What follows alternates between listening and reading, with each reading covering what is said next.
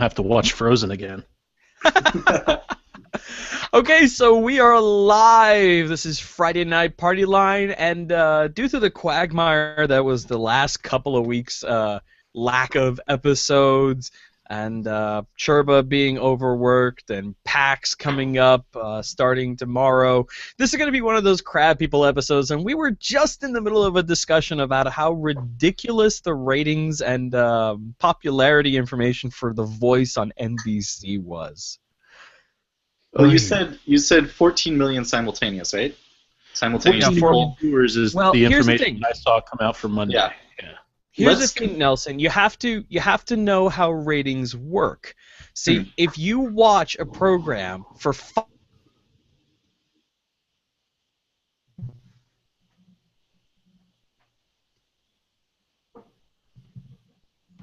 Did Victor just die? Yeah, he did. I was hoping it wasn't me. Well, so as a point of comparison, the dress post on BuzzFeed, which was basically their best traffic day ever, and probably the best traffic day of any online publication. That's soul-crushing, isn't it? Yeah, well, yeah. They're actually doing some pretty good political reporting, strange as that is for me to say.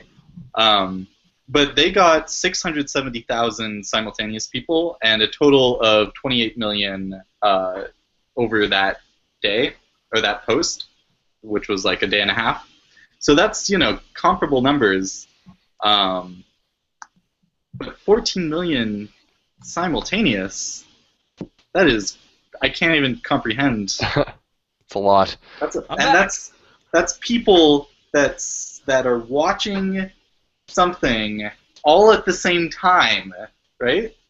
Well, okay, so I dropped out, but Nelson, did you hear anything of what I said about how ratings work? You said, and I quote, "The thing about ratings..." Stop. Someone Okay. from Nielsen doesn't want their secret out. No, They were like, cut no. him! So the thing about ratings is that if you watch a show for 5 minutes, you count as one viewer. Okay. So those 15.4 million viewers that they got don't have to be all at the same time. It could be a person who just lingered on the channel for 5 minutes and then went to go watch Family Guy or something. Okay, I mean that's still comparable to like online posts of stuff, because most people just skim. Actually, I got a binder. I usually just skim unless I'm reading some Ta-Nehisi Coates. Then I go deep. I'm not pulling that. Well, how many views did that one stupid dress post get? The blue and black, God. gold, and yellow dress? It was 28 million in total and 670 simultaneous. Which was like, 670... thousand. Yeah. 670,000. I was like, I think there's more than like 670 people. We're like, oh, look at this. Well, that's pretty neat, I guess. So, Nelson, does it just blow your mind that many people can be doing, like for the voice viewership, that 14 million people can be doing the same thing at the same time, regardless of what it is, or is it just that it's TV at the same time? It's about half and half. It's on the first hand. So I work at New York Magazine, and so I know all our viewer readership numbers, and they're apparently pretty good. I don't know enough about publication viewership, readership, whatever's to compare them, but they're pretty good. But that's just like for this. That's an order of magnitude, at least. Like that's huge. And the second, on the latter point, it being TV, it's less that it's TV and more that it's a simultaneous broadcast. Like that is what blows my mind. Okay, so I do the trivias. That's what I do, right? Mhm. So I pulled up Wikipedia real quick. Let's see. United States, most watched United States TV series finales, top 15 list. Oh, geez. The top entry, 125 million people watched this show at the same time This show? 1983. Oh, MASH. hmm. I'm guessing MASH. Yeah. 125 million people at the same time. That it was a season- 60% series U.S. finale. household share. Yeah, That is amazing. The series finale. Man, that was a good episode. 125 million people, and that's back when the United States was not at 315 million people like it is today. I mean, Mhm. that's a ridiculous number. It was what it was about 220 million people at the time, I think. Yeah, All right. sounds about right. So of So all the not really people at all, watching right? TV, of all the people who had turned on their TV sets that night, 77% of them turned to CBS to watch that one show live. Which is insane. I mean, that's what is that list of the most watched television shows, or does that include like news events? Well, no, this is the most watched U.S. TV series finales, the top 50. Okay. Because I'm thinking 'cause that if you rivals do the the- moon landing in percentage, not. I don't think that the moon landing would even come close, because when you look at the list of most watched shows ever, it's just Super Bowl, Super Bowl, Super Bowl, Super Bowl, Super Bowl. Of course. Shocking. Yep.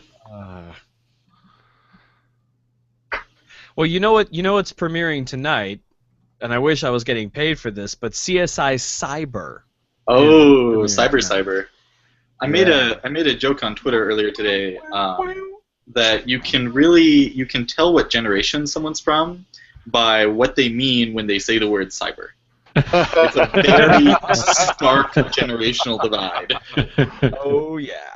That is highly accurate, I think. You know what the first episode title is? Because I'm looking at it on my Time Warner guide here because I want to DVR it. Cyber bits, data Kidnapping. beans. No. Kidnapping 2.0. Oh, jeez. Oh, things aren't 2.0 anymore. It's not Y2K. It's not the millennium. There are people alive today. There are people on the internet making dumb internet jokes that were not alive. But listen to the episode premise. It sounds so promising. Oh, The no. team tackles a case involving hacked baby monitors. Can that happen? Easily, very Well, easily. yeah. Oh, Why yeah. would you? That's so weird.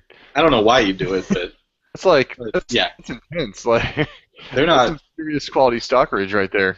If you're going after somebody's no. baby monitor. Well, no, because here's the thing. Lots of like consumer level IP cams do like God, what's the name of it? It's the thing you should always disable on your router. Controversial on PnP. Everything? What? No, not Port. just natural universal, but port. The Whatever. They internet. open a port. They Internet. internet, and they open a port on your router so you can use like a little app or something to view it on your phone from anywhere. And then so people just do scans for the specific layout of whatever these IP camera pages are, and they just find gajillions of them. Mm-hmm. That's kind of ridiculous. Oh yeah. What do you do? Do they get into the? I don't even care. Well, I think if I could venture a guess as to the premise of this show, I'm guessing that the bad guys hack, quote unquote, hack these baby monitors to be able to see when the parents are home or not, in which case, or when the parents aren't paying attention, and then kidnapping the babies. Oh my god. Why would you money? I don't. Kidnapping. know. If anyone who has seen Sympathy for Mr. Vengeance knows that kidnapping doesn't go well. No. Especially. I don't think I've ever seen a story where kidnapping ends up like, hey, yeah, like even in the ones where it's like a lighthearted comedy, there's always like painful shenanigans that go on, and like everyone would have been better off if nobody had been kidnapped. Yeah, I object to the use of the term hacking in all of its forms when it comes to television, though. And there are, as far as I'm concerned, only two situations where it's acceptable to use the term. The first is the movie Hackers, because Johnny Lee Miller and Angelina Jolie. That's the only one. And then if you go back to Rollerblades. Sneakers, that's like the actual accurate portrayal of what happens. Sneakers, Robert Redford, Mhm. Dan Aykroyd. I like that one. That's a good one. Yeah. Yep. That is good stuff. Otherwise, I don't want you to be hacking past the 128-bit encryption of the gate that they threw up with the NSA Red Book. I don't care. I don't Oh want to hear no, it. but watch out! Here comes a Taurus. Turn around to your 3D interface. Pyramids are flying at you. Hurry, hack them. Oh. One other addendum: Pirates of Silicon Valley. That's Although- also a good one. I like They that. don't do as much hacking and they do more like phone phreaking, but it's for a movie that's not very accurate. It is startlingly accurate about all of the phone phreaking going on. What Once- about the incredibly accurate portrayal of computer hacking that was in Jurassic Park? It's a Unix system. It is. And Best I'm like, but most not- deceptive advertising of Unix ever. Whenever I watch that movie, my brain automatically thinks it's a Unix system. And I'm like, how would they even get the guy in there? What role is his crotch playing in this entire computer setup? That's what my brain hears. Integral is the role.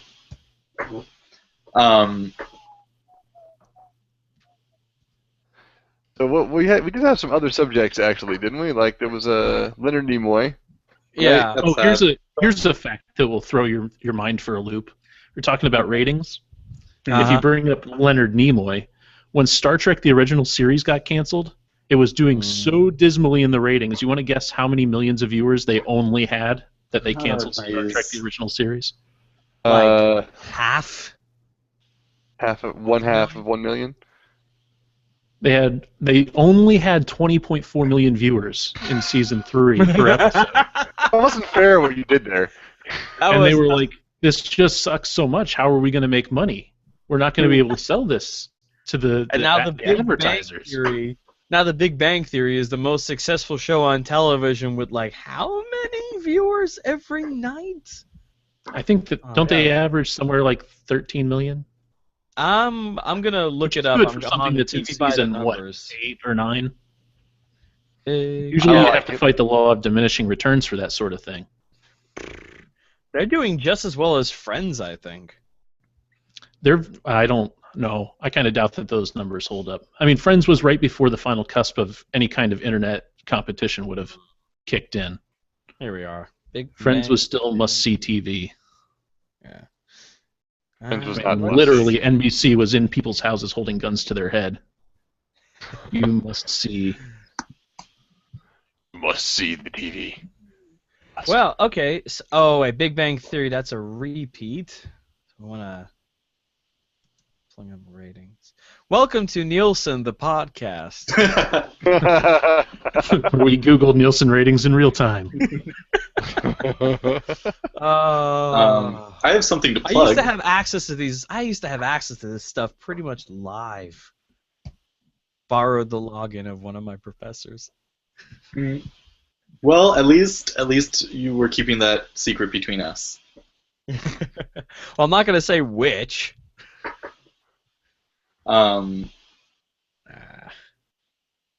No, I feel like I and perhaps other people have kind of mentally checked out today, because it is, as we all know, the pre-PAX day, even though PAX is technically on Friday. I was at work today, and I got into work. I had my coffee. I fixed some code. I sent out the pull request. I merged them. I got them code reviewed, and then I had one more thing that was open, and I was like, okay, well, I'm gonna go home when this code is merged in. And I looked at the clock, and it was 2 p.m. Yep. Okay, so here's the ratings, because I'm obsessed with these numbers. Just for clarification, is that a thing that takes a long time, or? Between a minute and a month. All right. Between. All right. Okay. Large margin So of error there. Go ahead, Jason. I'm obsessed with these numbers from Monday, because like we were talking about before we started recording, electronic.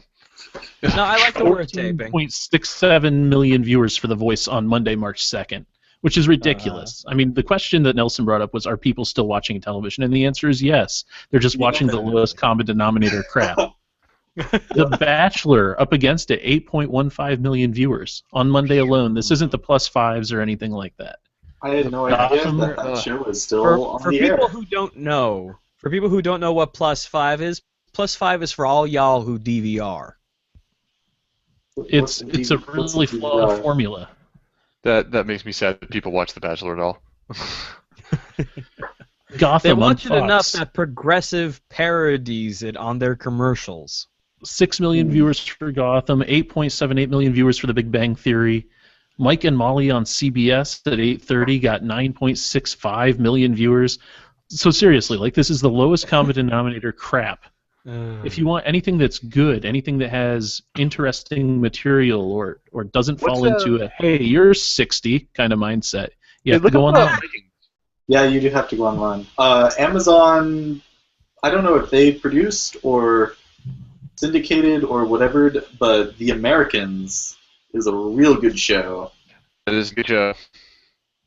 The premise is basically a deep cover KGB unit, which is a husband and wife who have kids, need to deal with their like marital stuff and kidliness stuff, and also do spy stuff in Cold War DC. It's actually really good.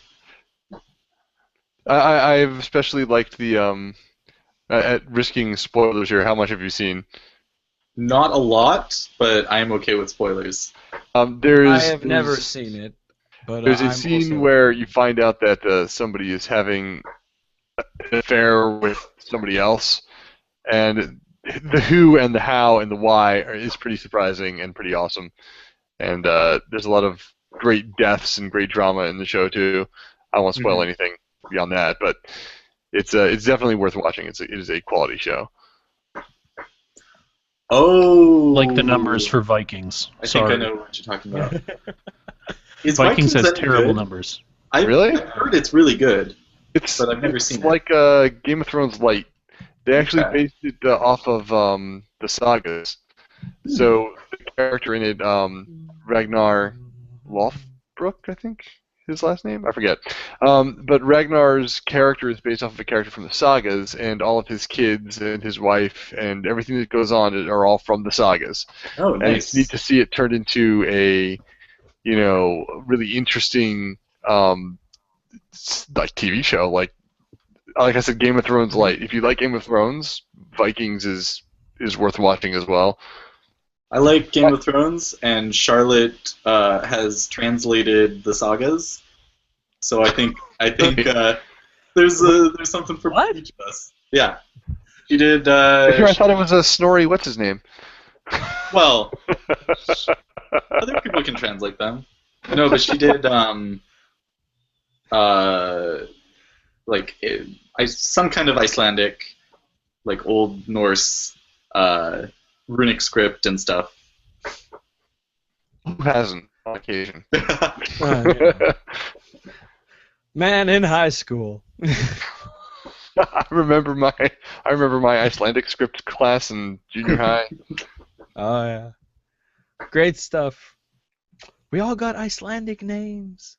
I want an Icelandic name. I want an Icelandic healthcare. Speaking of, I have something topical.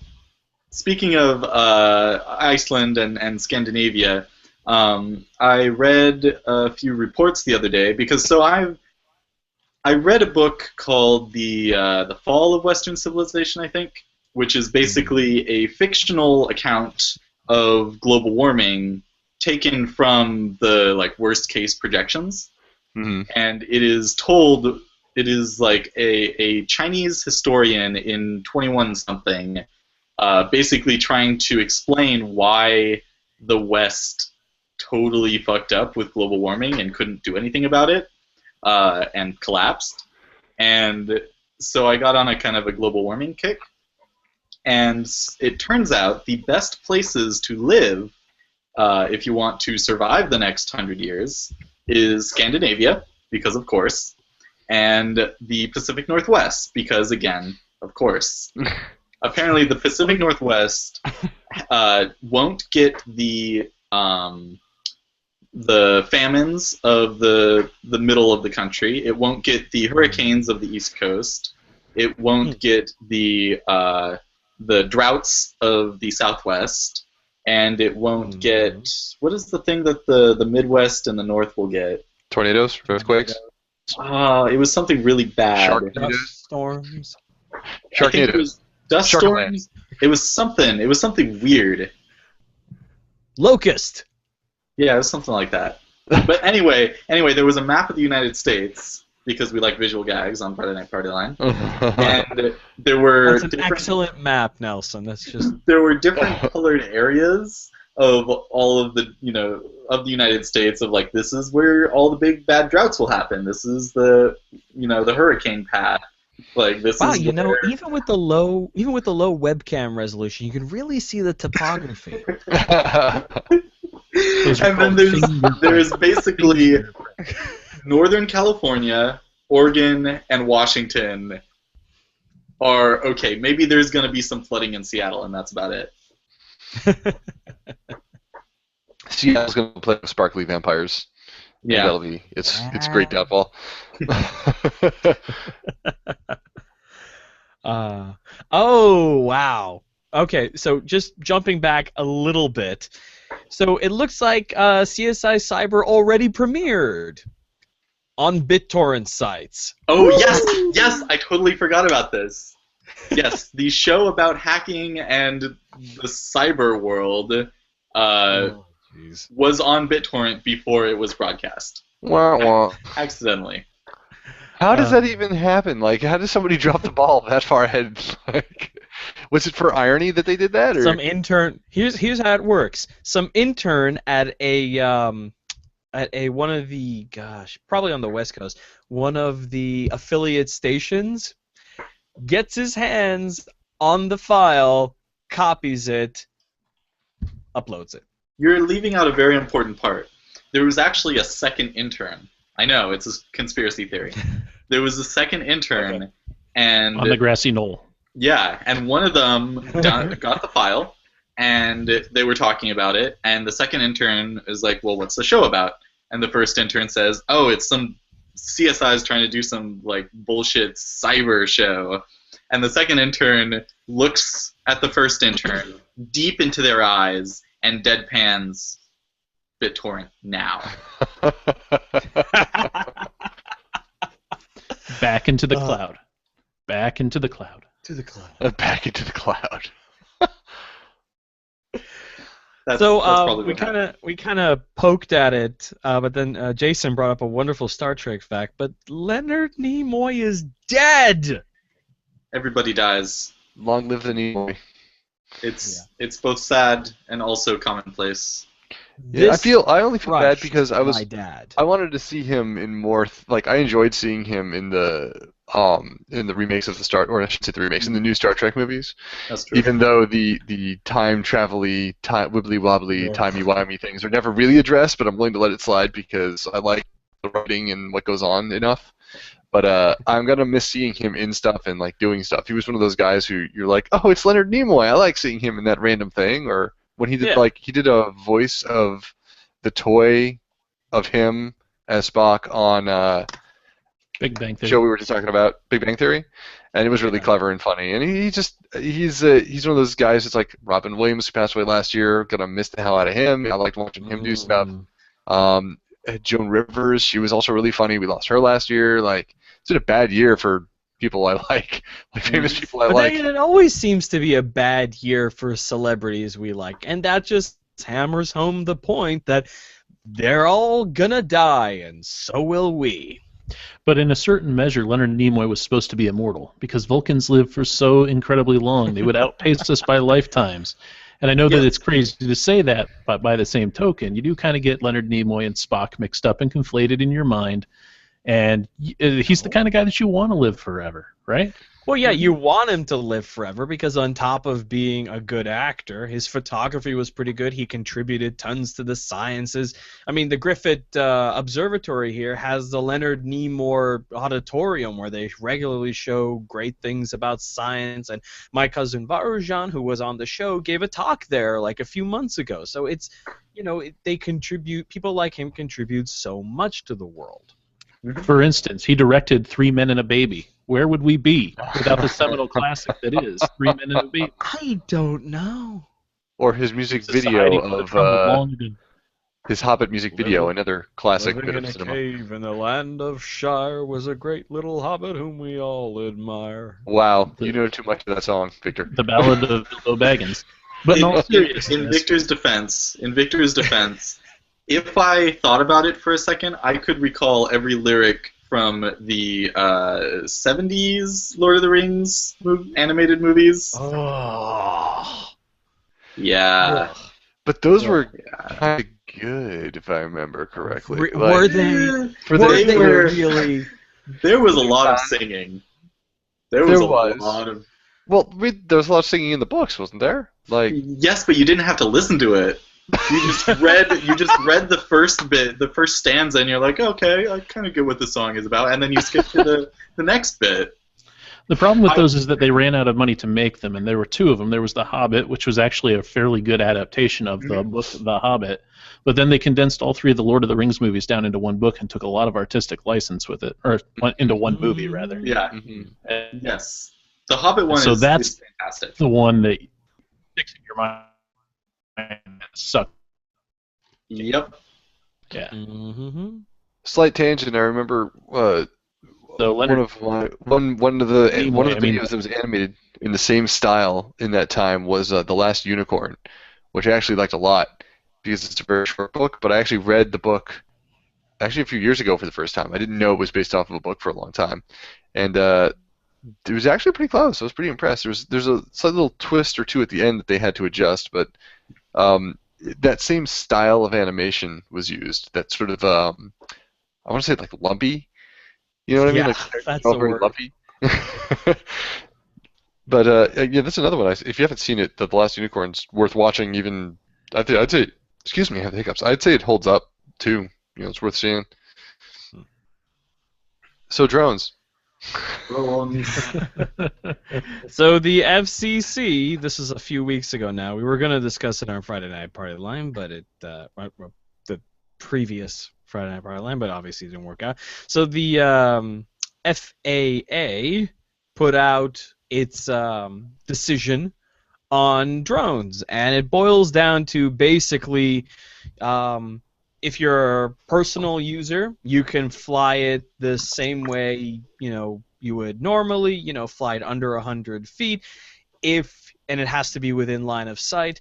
If you are a commercial user, you have to go get a license, effectively, do a little training test thing, and you also have to keep it within line of sight. And the thing about this is it effectively squashes any possibility of GPS-coordinated burrito parachute drops. Yeah, but you can get around that by using a hot air balloon with a balloonist who is the drone coordinator, who sits in his hot air balloon above the Empire State Building and directs all of the drones. Wait, I have a So what solution. you're saying is that cities now need multiple licensed drone air traffic control spotters. Yes. Here's a question. If you have a drone with a camera on it that is watching another drone, is that drone considered in line of sight? Because what you could do is get one drone with a really awesome set of cameras, fly it really high, and then have it track all the other drones. It's like the Talos principle. You just have to connect the beams, right? Exactly. Yeah. it's the property of transference. Would this also screw with the... Oh, go ahead. The real story here is why the rules are so draconian, and it's because they're scared of having bombs on drones, right? I mean, that's the only story that there is. They're afraid that some terrorist is going to load up a drone with a bomb and fly it into a building. What about drones that are bombs? Dun, dun, dun. You just blew my mind. Well, my thing is, like, I know Amazon was testing out the same-day drone delivery, which would have been honestly kind of cool. But, like, I still remember Scott Rubin saying, like, oh, I'm going to look for those Newegg boxes and have a shotgun and just blast them out of the sky. But you know what pisses me off about this? For decades, literally decades, model aircraft pilots could fly their planes and their helicopters or whatever as far as they liked, and then once we had good enough wireless cameras, they plopped those on there. Now they can fly them for ages. Now we have drones, and we have to keep them within line of sight. That's bullshit. What's the Because definition? model airplanes are familiar. We like those. They're a shape that we understand, and they don't have a scary name like drones. If we call drones something other than drones, like snuggle flyers, then no one would have a problem with it. I'm sorry. I would be deathly afraid because this is what I'm picturing. I'm picturing a quadcopter with like mechanical arms coming down for like a hug attack. That It's is like Five Nights at drones, Freddy's. drones already look like air spiders, so Now, see, I have a solution to that it's too. aerial. Just It is an aerial glomp. That's what. The drones to make will them fit less to scary, your, all you have to do is hook up a set of speakers to them that just say, "I love you, I love you, I love you." gonna play the what is it? The something of the Toreadors and just follow you around. And they're gonna think they're like, no, that's continuing my Five Nights at Freddy's theme here. one of the things I had hoped that the drone revolution would bring, and it hasn't yet, is better remote-controlled aircraft, specifically Zeppelins. Because I remember when I was but a lad, I had a remote-control Zeppelin, and it was the best. And I looked online because I am an adult with discretionary money to spend on really dumb stuff. And remote-controlled Zeppelins have not gotten better in the last 20 years. Like you'd think you could put an Arduino on it and have some like drone rotating. Why would you need the balloon if you have the drone Nelson, that can fly? But it less power and noise, because drones are pretty loud. So you could have an indoor micro blimp, right? That could go to your fridge and get a beer, and then bring the beer back to you, and it would be almost fine. I almost made a that's what women are for joke. I'm not making that joke. I could have, Nelson, but I'm not. you do realize that would have to be one very large micro drone to be able to lift up a can of beef or something. You just use hydrogen. That's You also have to have enough lift to carry around the French maid costume that he would dress in. Why do you have two planes? Long story. Put arms on a Roomba and call it a day. Now we're getting into a Ghost in the Shell territory. Someone fucking on Facebook. I got it. Yes, Adam. Did you see what I posted? Was that the mind control plane thing? Yes. Did you see what I posted? No. I posted in response to somebody who had posted the F-16 control for the brain kind of thing, and I said, well, this is going to lead to, like, having another android body a la Ghost in the Shell. So then you're going to, like, have your brain put into that other body or your consciousness download. But then what happens when you wake up and you're still in your fleshy body and the other body's over there? There's an awkward moment where you both look at each other. It's like then you're either going to fight to the death or make out. Yep. Depends on the quality of the robot body. Again, Five Nights at Freddy's. Like I don't want I don't want no Five Nights at Freddy's. I don't want no RoboCop. Either it is you wouldn't make out with RoboCop? Sufficiently human. No. It's cold. Not even ED209? No. I'd pet ED209. It looks like a nice. I mean, you scale an ED209 down, it's like a nice little pet. It's like it's better than a fur. With miniguns. With miniguns. Please get me a beer from the fridge, ED209. In that claymation-y way it goes. Oh, now I don't have a fridge. Walks over to There's you. holes in all my beer. Walks over to you and asks for praise. I want either like the major quality of body or Jameson. Do you know how expensive the Major's body is? It's Yeah, like Jameson, millions of dollars a year in little upkeep. cube guy. Are you gonna Yeah, work but- for Section 9 for the rest of your life to pay Well, that here's off? the thing. It's Yes! inflation though, so like it's actually like $3.79. That's true. Remember, this is post World War III. That's true. And like $1 will be worth 8 million yen. But seriously, how cool is this? So, for those of you who didn't see it on Facebook, what it is that DARPA managed to have this woman who is quadriplegic, and she has probes in her motor cortex. Already I'm out. I'm like, nope, not doing that. She was able to directly control a what was it, an F-16? Yeah, F-35 flight simulator with her brain. Oh, flight Now, simulator. previously, she had been able to control a robotic arm with her motor cortex directly, and it's not like she's using the robot arm to like grab the joystick and stuff. No, she is one with the F-35. That You is guys are acting awesome. like Staring this at is new technology, but it's not. This is 33-year-old technology. It's nothing special. The year was 1982. Clint Eastwood was a pilot sent to the Soviet Union on a mission to steal a prototype jet fighter that can be partially controlled by Neuralink. The movie was Firefox. It's a documentary. I'm convinced. You know what? As you were saying all of that, all I can picture is like on the screen in my brain is this black thing and red text. Yes. Like teletext kind of thing. That is 5.8 my out phone of 10. reminding me to record CSI. Speaking of the hyper-real future, I have a plug, which will turn into a second plug. Okay. There is a director, Alejandro Jodorowsky, who you may know from such films as El Topo and The Holy Mountain, who in, I believe, the late 70s or early 80s, late 70s, was tasked with making a science fiction film. That film was Dune.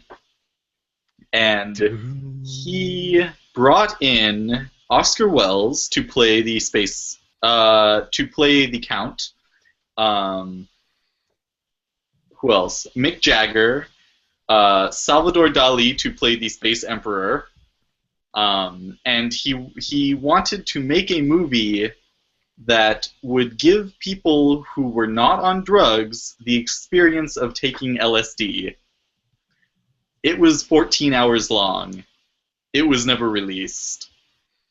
There is a documentary. What's up? Is that on the internet somewhere, like the actual film? The actual film is not on the internet. There were... Well, okay, I'll get to that in a second. Recently, there was a documentary made about the filming and everything of this movie, and it is called Jodorowsky's Dune, and it is fantastic. What happened afterwards is that the designers from the movie, H.R. Geiger and Mobius, and another person who I don't remember. Sting. What? Sting. Sting. It was Sting. Yeah. Yeah. No, it wasn't. It's a joke about the David Lynch Dune. Continue. They went on to make a little film called Alien. And Mobius and Jodorowsky went on to make... they took all of the storyboards and a lot of the ideas from Dune, and they fashioned a comic called The Incal. And Interesting. if you might be familiar with a lot of the things in the Incal because it has been referenced by almost every sci-fi film made since, and actually large portions of the Incal are the storyline of The Fifth Element. Like, Really? You know, in the Fifth Oh, Element, wow. where they reference all these things that are never on the screen and all of these crazy, like, space magic crap. No. No. Well, they reference a lot of. Well, like, they do. But There's these aliens. Where did they come from? No one knows. You know, where does this other race come from? No one knows. All of those. The Incal is sort of an extended universe of the Fifth Element, but it is so much more than that, because it is what Dune should have been. Really? I highly recommend. It was out of print for 20 years, I think, but it is now back in print and in English, which it was not in originally, and it is really good. Space. It is the epitome of technology so advanced that it is basically magic. You can get it for the low price of $164 friggin' dollars on Amazon. fucking A. That's the out of print one. It takes some hunting, but you can find it for relatively reasonably priced. Anytime you have to use the word relatively with the word, I think I paid like it's $60. not. No. So let me the ask you Incal this. Collector's Edition. Okay. Jeez. If there were a chance to I'll see watch that type of a movie on demand, streaming anytime that you wanted, on your telephone or on your tablet device, how much a month would you pay for such a home box office experience? Such a home box office experience. Why? I would pay $5 a month. I too. would also pay roughly $5 to $10 a month. For the amount of actual As TV high as shows 10? that I watch. As high as 10, because that is as much as I pay for Netflix. I would pay $5 because of the amount of TV that we don't watch. Like, Kate, I'm sorry, Time Warner, but I'm getting rid of you. I don't need you anymore. We're going full digital finally. But like, I would totally love to have an like we have actually HBO Go now because Kate's parents have HBO and don't use it, so they gave it to us. But I wouldn't pay more than maybe $5 a month to get a channel, you know, because I maybe have 1-2 shows that I'd watch on it. You know, occasionally. I don't watch any shows on HBO, to be honest. I mean, I want to watch, John Oliver, but I'm not interested in Game of Thrones and whatever else is on there. It's really just John Oliver I want to watch, which I can't do on YouTube. You can do on YouTube also. I mean, that's. And even now, like here, I have a big beef with YouTube right now because I'm getting sick and tired of having them throw up like 30-second ads in front of a 5-second goddamn cat video. Really, is it necessary for me to see that? And I think we're getting into this. We're getting into another stage of advertising. It's got to figure out what it's going to do, because if people can't watch just a stupid video on YouTube and not get like 1,000 ads, or I can't watch a show or something that I've already paid for and then also have to sit through ads, something like it's going to drive people right back to piracy. Like right back to piracy. Is?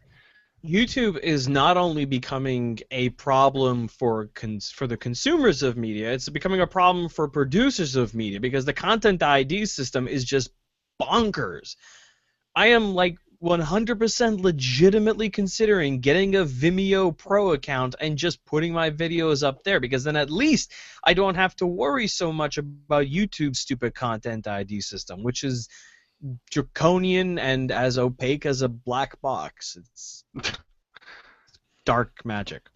Here's the news that goes into all this, though. Vic, you brought up before we started recording the show that HBO is planning to launch HBO Go for $15 a month, and I can't hardly believe that price point. I'm cheaper than any of you, because for HBO on my phone, I would pay like $3 comfortably, maybe $5 if I'm pressed. Because really, like you're saying, what are you honestly going to watch on there? Other than John Oliver, who I think is brilliant. I mean, you want to take a stab at what HBO's highest rated show is? Because I got the ratings for that too. I'm obsessed with these ratings numbers right now. I bet it's I'm gonna have Game of Thrones. Yeah. Yeah, by a long shot. 6.84 million viewers per episode. But then it drops down. Like True Blood, before it ended this year, was half that. True Blood was True not Detective was like 2.3 million viewers per episode. And from there, it's like Boardwalk Empire, Silicon Valley, The Leftovers, The Newsroom, Veep, Eastbound and Down. These are all like around a million. Those are 2 none million of those viewers shows are maybe. shows I would watch. Not a And single sorry one. for except for that, Game of Thrones. TVseriesfinale.com as well. Do you think we'll get to a point where there are networkless shows? I mean, not. I guess we're kind of there with like House of Cards on Netflix. Yeah, I think we'll get to that point. But do you think we'll get to a point where there's a We're show already like there? well, like a show that's made where they can actually get like 1 million viewers, and they're not on an NBC, they're not on a Netflix, they're just like, hey, subscribe to our show. You Well, know, yeah, the like problem with that $1 premise and is that the it'll be- Netflix shows are network shows. It's just that network is the broker instead of NBC. The distribution is slightly different. But if you go on YouTube, there are some YouTube original series. I mean, not made by YouTube, but just made by the creators and posted. You guys are familiar with Adventure Time, right? Oh yeah. I've heard of it.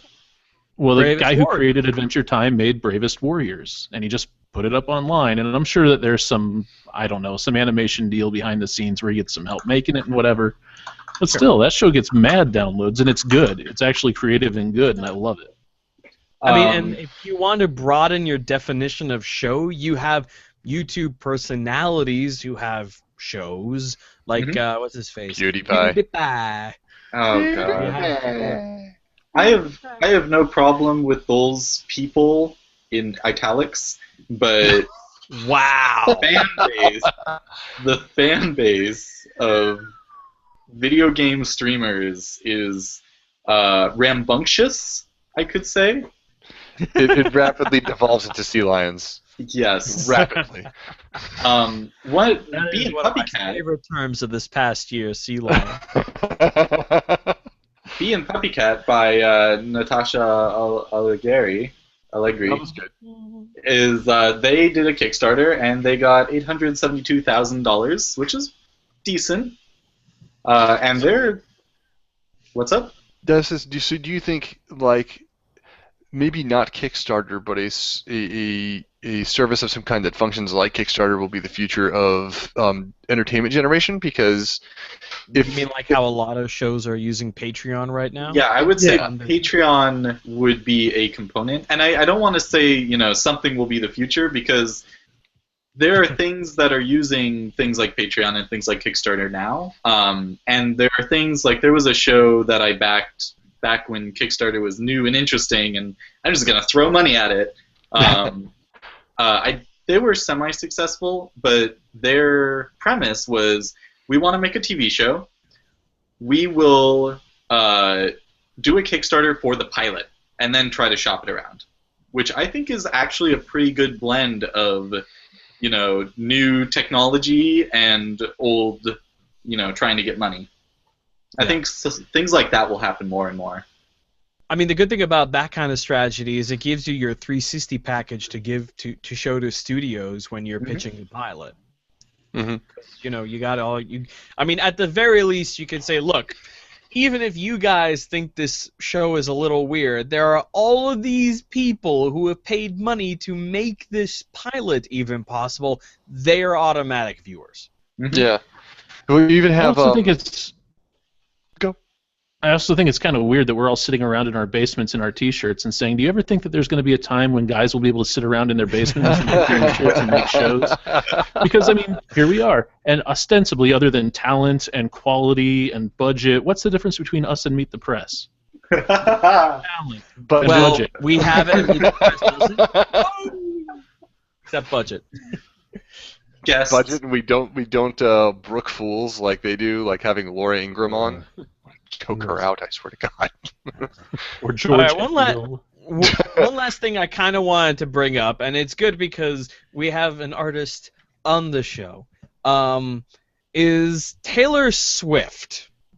Now, there is I've never really been into Taylor Swift, and I can't say I am now, even through all this stuff. but I've listened to a couple of her songs, sort of mashed up, and I've been hearing all my friends who like Taylor Swift and who don't like Taylor Swift either praise or complain about her. And I'm wondering, a lot of the common things that people say are bad about her is that she has moved from country to pop, and she's become a total pop star, as if that's a bad thing. And that her music No one's ever done that is before. for real, right? And Amy that Grant, her Miley music, Cyrus. right? And that all of her music has become is now just pop, not just as a genre, but as a embodiment of pop. In that it is so pop, it is the epitome of pop music. Well, I mean, there's basically country pop, which is what she was doing before, anyhow. Before, yeah. Are they saying like she's sold out? I mean, but she's saying pop is dead. Well, now there's gonna be Popgate. Oh no. What they're basically saying is that because, despite whatever she says, that she has control over music, this is what she wants to put out, that the music she has put out is, I guess, sold out. It is appealing to a wide demographic. And my question is, discounting the obvious money advantages of doing that, what is wrong with doing that? Popular things are terrible, and I hate them. It's like, I was into popular things the before they were cool. Yeah. That is a weird sort of sentiment, though. The whole hipster sentiment of, well, now that it's mainstream, I don't like it anymore. Like anime went through that. Other people are liking my thing. Stop it. That was my thing. I'll admit, I have I don't know, like indie pride when I find things like there's some Cambodian psychedelic. There's a one record that I found. Oh, I thought you were going to talk about a drug for a second. No, it is Cambodian psychedelic rock from the 70s, and it is real good. And I want lots of people to listen to it, but I know that it is niche, I guess I would say. But you're making another. But that's not like the hipster indie thing. That is you acknowledging a limitation in other people's taste, that you have a slightly eclectic taste and other people might not like it. Well, here's the flip side of that. So my mom was very musical, and so growing up I listened to a lot of music, and a lot of pretty good music. For example, I was really into Elliott Smith in middle school, which probably says a lot about how I turned out.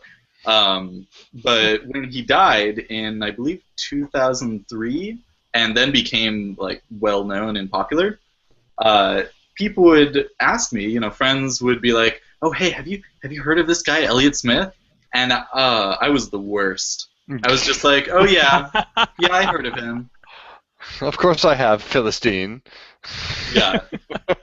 So it's definitely, if you're immature, it's definitely very easy to be sucked into that. Oh, you like this thing that I like now? Okay.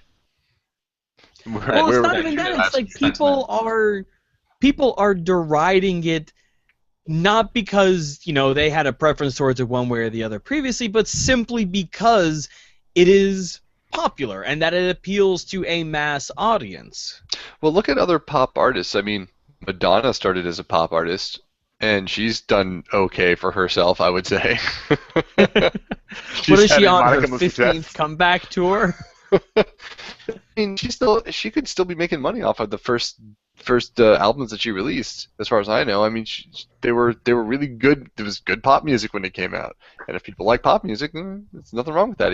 If the person you like, let's say you like some obscure heavy metal band, like, I don't know, Fnpl or something, and all of a sudden they start doing like, oh, well, they used to do this one kind of metal, but now they're doing this other kind of metal, and I don't like that anymore. So just don't listen to them anymore. Go find another artist who plays the music that you like. And that's another stupid complaint people made. Oh, all of her music sounds the same. You know what that's called? It's called no. You know what that's called? It's called the Red Hot having Chili a Peppers. style. Yeah, right. It's called the style. Yeah. Yeah, it's called having a style. I mean, all of Deadmau5's songs sound the same. All of Skrillex's songs sound the same. That doesn't cheapen the quality of them. Well, even you can say that, like a lot of Metallica's music. You listen to Metallica, and a lot of their music has a similar quality. I guess the legitimate their music has quality. There is the legitimate concern there is that they're going to be just playing to the middle, and that in order to be popular amongst a whole big wide spectrum of people, you have to kind of water down your music and make it less creative. You don't want to freak out the people who are conservative, and you don't want to, make it too boring so that the conservative people aren't, angry about it. Are the ones that are controlling it, and that the more creative people aren't engaged. So what you have is really this kind of like maudlin halfway music. That's not really going to break any barriers. It's not going to explore any new frontiers. Well, you can also do what Beck did. In cases, that's been true. You can do what Beck did. I mean, Beck did a whole complete departure from what he normally did, but made a really amazing album, got all kinds of awards for it, despite what Kanye says, because Kanye wouldn't know his ass from an elbow when it came to music, as far as I'm concerned. But you have this guy who, like, he played 15 instruments, he wrote everything himself. I mean, you have all these artists who do these really impressive things, but also don't necessarily catch on. I mean, there are people who I can guarantee you had never heard of Beck before he won the Grammy. Like I remember Beck when he was doing Devil's Haircut. And I'm not like I knew him back then, but like seriously, he's been around for a while, and hopefully if I was an artist and I was doing a tangent to my normal music, I would hope that people who liked my music when I was new to them would go back and check out stuff that I had done previously. So like if I'm Taylor Swift, you can see the resemblance. Mm-hmm. If I'm Taylor Swift and I'm releasing this new kind of music, I'm going to hope that people who listen to my pop music might go and check out my country albums and be like, oh, I like this also because I like Taylor Swift, as opposed to, if somebody's already bought my album and they're not buying my new album, that's not going to concern me because pop's so much more popular, and you're going to have a wider fan base than if you just have country. Well, maybe this is a side effect of the Pandora and the Spotify sort of effect, where people hear music that corresponds with a particular sound that they like, and so like Pandora, you say, oh, I like this song, and I like this song, and I like this song, and Pandora finds the common denominators between them. And so people are now listening to artists not for the artists, but because of the particular sound that first drew them in. So at the first sign of change, they just sort of jump off. I agree with your general point, but I slightly disagree about a minor point. I think this has always been happening, but because it was a very manual process, like, oh, hey, you listen to Cake, you should listen to this other band that's really good. Among friends. Right. Now it's automated. I think the frequency of like skipping artists and skipping to new artists has greatly increased. I also think that people undersell the importance of the social aspect of music, because back in the heyday of radio, the lowest common denominator is one thing, but the common denominator was important. It was important that everybody knew the same songs and could relate to it and would talk about it and listen to it. Music was social. And now it's broken down into much smaller tribes where you have to know the scene that you're into in order to have the music be cool or to fit into a certain subgroup.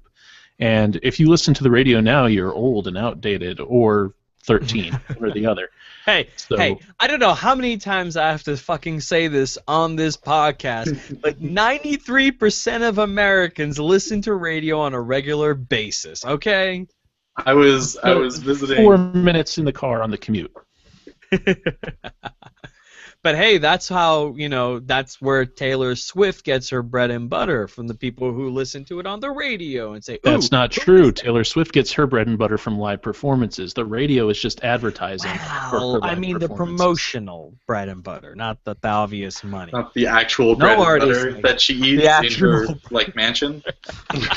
Does she have a mansion? She really should. Does she have a bread and butter feel like clause she in her would. contract? I would assume. Honey, I just assume where rich did I people leave have the butter? mansions. It's in the radio. One thing, I mean, the complaints about Taylor Swift, much like the complaints about most kind of they're selling out or anything around that, really break down to in-group posturing, right? Mhm. Like the person who posts, fucking Taylor Swift is pandering to the plebes, wants to, show that they're in the in-group of all the other people that say that, Taylor Swift is pandering to the plebes. Like Taylor Swift was like this high art, like this tremendous, like generational, amazing artist. Like there hasn't been anybody else. Taylor Swift is the epitome of music for the 20th century.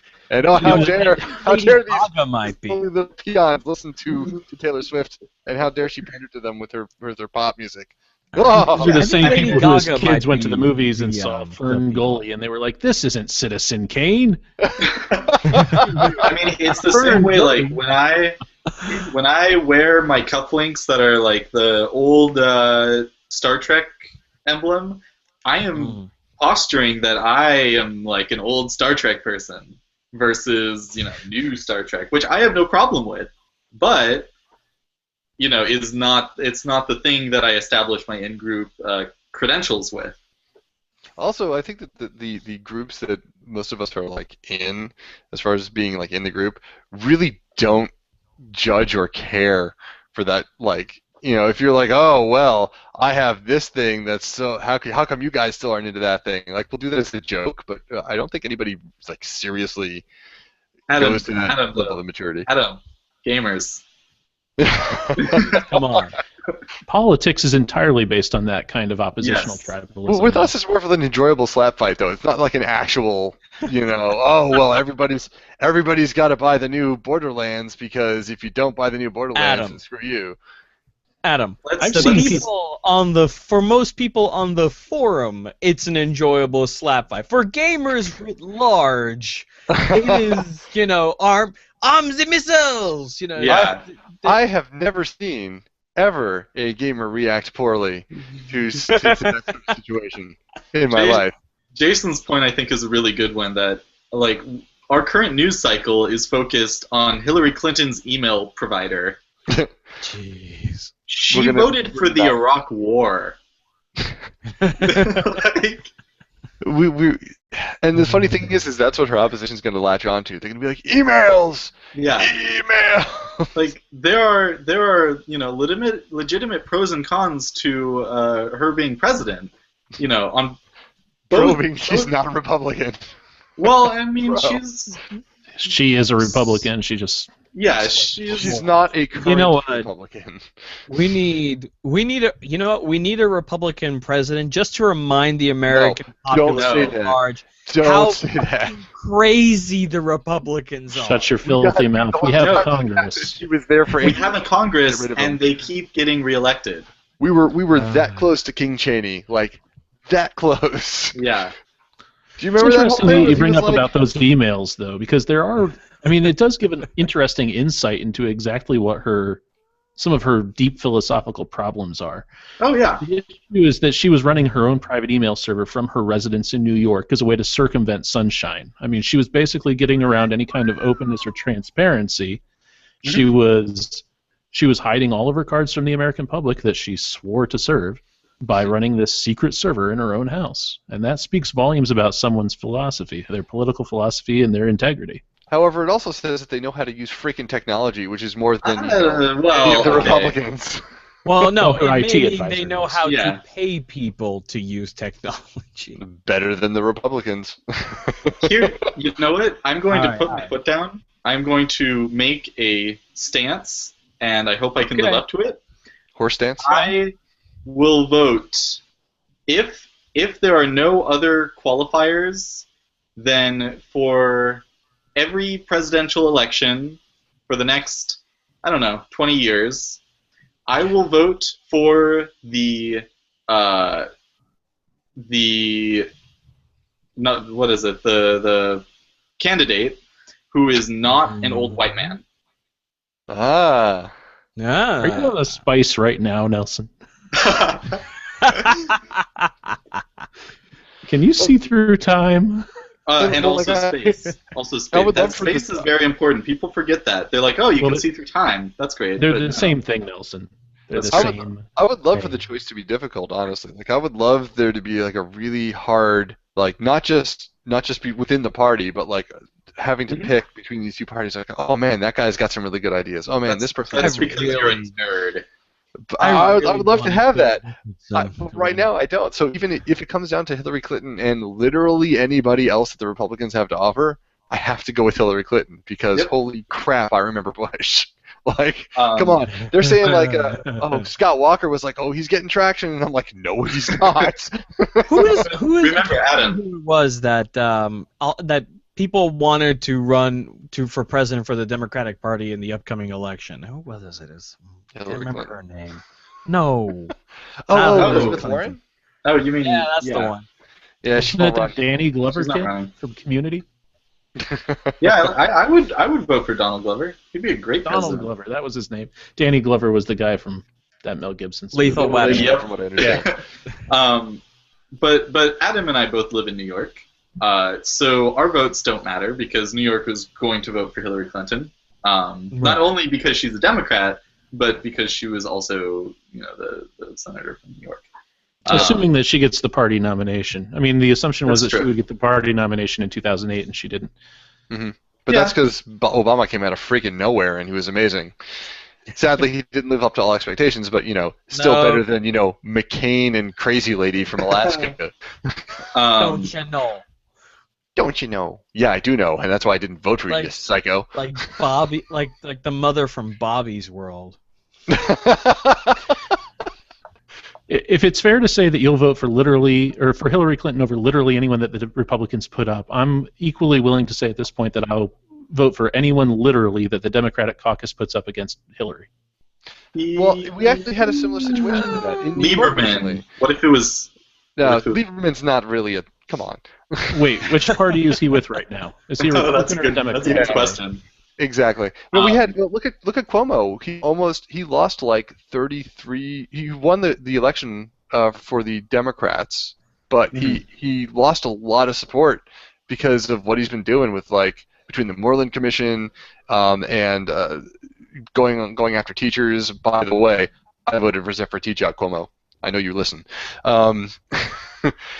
But I mean, we literally had two really great candidates. The Teach Out Wu ticket was amazing; they were brilliant, and people just voted for Cuomo because he was a known entity, right? Mhm. Nobody knew really Teach Out and Wu, even though they were way smarter and way better candidates, and would have handily won over all the nobody that the Republicans put up. But when people are, would I then not vote for Cuomo because Teach Out didn't get in? Of course not. I'm still going to vote for Cuomo because Jesus, the alternative were like, was it Palladino the last? No, he was 2 elections ago. Who was the last? I The don't last even other guy. remember. They're faceless. They were terrible. They were all But bad. what you're saying is demonstrating the exact problem with American politics right now, is that we don't really have a left and a right. We have a right and a slightly less right. Yep. And the slightly less right keeps on moving more and more and more to the right, to the point where it's not even the center anymore. It's just slightly right of the center. That's why we There need to have have been people like no me. socialist candidates, and I use the term See, I'm a- socialist I'm broadly. a different kind of right, and that's why everyone should vote for me if I run. I'm always right. I've actually been voting. Oh I've my been- God! The problem is that might actually work as a campaign slogan. Here's my voting strategy in the last few elections. For local things, usually Green Party. Sometimes Working Families, which is a local New York party that's fairly Go progressive. ahead, throw your vote away. I know. But so I vote for I basically protest vote, And then for all of the uncontested elections, I write in myself because they are uncontested, and that is the worst possible thing. Right. I've always There been are tempted a lot to of look them. into this and be like, do I think I could win? And I'm always like, no, I don't think that I could win those, even if I There's tried. there's a Brooklyn council member who is he is the skeezy, like sexual harassing, fat, old, like Italian American stereotype. And he has run unopposed in the last 2 elections, and I almost want to like try to get my name on the ballot because everyone hates him. What if you win? Vote for me. I'm not that guy. Then I would be able to. It'd be like SimCity, except a lot more bureaucracy and not as fun. What is Turns that? will take forever. What has Mayor Nelson been doing? He's been at his computer typing Shift Fund for the last hour. I'm not sure what he's trying to accomplish. But there's been 3 earthquakes. Is anybody No, gonna do anything about that Godzilla? Here's the good thing. A lot of these council positions are basically part-time. So, like, you know, if it was full-time, I would never do that because I make more money than, you know, it's not worth it. A council member. Yeah. But for a part-time gig, to be a relatively, you know, meaningless cog in the machine, but at least a cog that is open to good ideas, even if, you know, I don't have any of my own. And not playing grab ass with the secretary. Yeah, it's not that hard. Just play grab ass with yourself. Nelson for council. Okay. Nelson for city council. I'll grab my own ass. Gonna put that on. All right then. Well, this is, you know, I thought this was gonna be a crab people episode, but this turned out pretty okay with no short contribution on Jason's part from moving us from topic to topic. Did you like that? Recognize. I was like, I'm just going to be the I human did. gear shift. There we go. Recognize good work when it's done. But yes, that is it for this episode of Friday Night Party Line. Again, we are recording this on Wednesday. So if the world blows up between now and Friday, this information will be slightly out of date. But Nelson's gonna be at PAX. Adam, you're not gonna be at PAX. You got teaching stuff to do. Huh? No. I'm responsible. Jason, you've got reporting stuff and child rearing stuff to do. Indeed. Yeah, and me, I'm just saving my pennies because I'm gonna be performing at Hanadoki Con in San Diego. They're actually paying my travel expenses, which is a new thing. So, woo! Taking the Amtrak, 4.5 hour train ride. That's fun. That's a good ride. Well, Audiobooks. you know what? It's on the Pacific Surfliner, so it's gonna be basically riding the coast for about 3/4 of the ride. Oh, you know what you Beautiful could business read? idea. You know what you could read? I made a note earlier that I've got one more thing to plug. If you're familiar with the old comic Tank Girl, or the movie of the same name, they did a Kickstarter to make more Tank Girl. Ooh. And it is real good. And I got this delivered to my work, and I opened up the package, and then I realized that she is in a spaceship shaped like a dick. And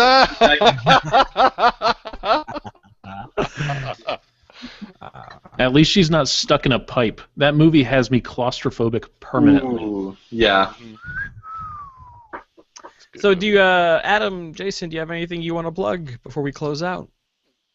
Not at the moment. If I Nelson don't get has to- used his plugs. If I will use this plug, and if I don't get good plug. yes, visual gag audio show wouldn't be Friday Night Party Line without it. But if I don't get funds soon for my classroom, I may be doing another Adopt a Classroom fund drive because Title I lost the paperwork back in March, and I did not get to order my supplies again in September. So now I'm out of paper and canvases and clay, and I'm making do with what I have. Although I've been told that I have an order available, we'll have to see. So I may be plugging Adopt a Classroom again. Hopefully I won't have to. All right, well, let us know, and we'll certainly plug it as soon as you know and we know and stuff. I'll Jason, go ahead and plug anything for Atomic you, or Trivia you- War 9000. Yeah, that cool. trivia show that we do over on the iTunes and the SoundCloud and the simplysyndicated.com and all those things. I won't even throw in the sponsorship here. I learned my lesson the last time. simplysyndicated.com/ADW9K. Yeah, but really SoundCloud.com/ATW9K. That's where I want people to go because it's just a really great interface. It's good. Yeah, that's a show. And while you're there, you can listen to a mashup of Space Jam and anything your heart desires. Space Jam and Frozen is my favorite. How does that even work? Yeah, it works. I do want to plug one more thing. For those of you who have subscribed to this YouTube channel, you may have noticed that for the past couple of weeks I've been putting out a show about Steven Universe. It's called Steven Universe, a show where we talk about the universe of Steven Universe. So I've been putting them out, and I think I'm going to continue doing this show, and hopefully a new episode of Behind the Screen will be out soon too, because it's only been 3 months. So that's coming out, and for Steven Universe fans who are tuning in next week, episodes of Steven Universe Monday through Friday. Dun dun dun. Good show. If you haven't watched it, you definitely should. It's got a community that is growing about as quickly as the My Little Pony community was. So yeah, they've gone. They're already going pretty quick. They've got gem sonas now. Whatever. That's you should check a whole nother show, man. Oh. You should check out Steven Universe if you like shows like Adventure Time and Bravest Warriors and My Little Pony. You should check out Steven Universe, now available on iTunes, Amazon, blah, blah, blah, blah, blah. So that is it for this week's Friday Night Party Line. Catch us next week on Acceptable Vices when we talk about... and... we'll see you guys next time. Thank you to Adam, Jason, Nelson, and we'll see you next time on Friday Night Party Line. Good night, gents.